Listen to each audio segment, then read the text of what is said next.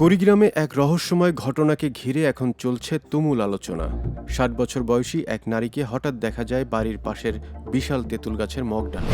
ঘটনার পর থেকেই স্থানীয়দের মুখে একটাই প্রশ্ন, এটি কি কোনো অলৌকিক ঘটনা নাকি ভাইরাল হওয়ার উদ্দেশ্যে করা অদ্ভুত কোনো আচরণ? ঘটনাটি ঘটেছে কুড়িগ্রাম সদর উপজেলার গোরাই আনন্দবাজার এলাকায়। গাছের মগডালে উঠে বসে থাকা ওই নারীর নাম সাজেদা বেগম, তার স্বামীর নাম মোহাম্মদ আবু সাইদ।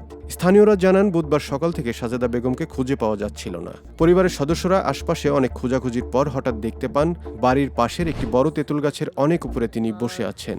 কখনো গাছের ডালে বসে, আবার কখনো শুয়ে থাকতে দেখা যায় তাকে। খবর পেয়ে ঘটনাস্থলে যায় ফায়ার সার্ভিস ও সিভিল ডিফেন্সের সদস্যরা। এর মধ্যে ঘটে আরও একটি নাটকীয় ঘটনা। হঠাৎ করে গাছ থেকে পাশের পুকুরে লাফ দেন সাজেদা বেগম। পরে স্থানীয়দের সহায়তায় তাকে পুকুর থেকে উদ্ধার করা হয়।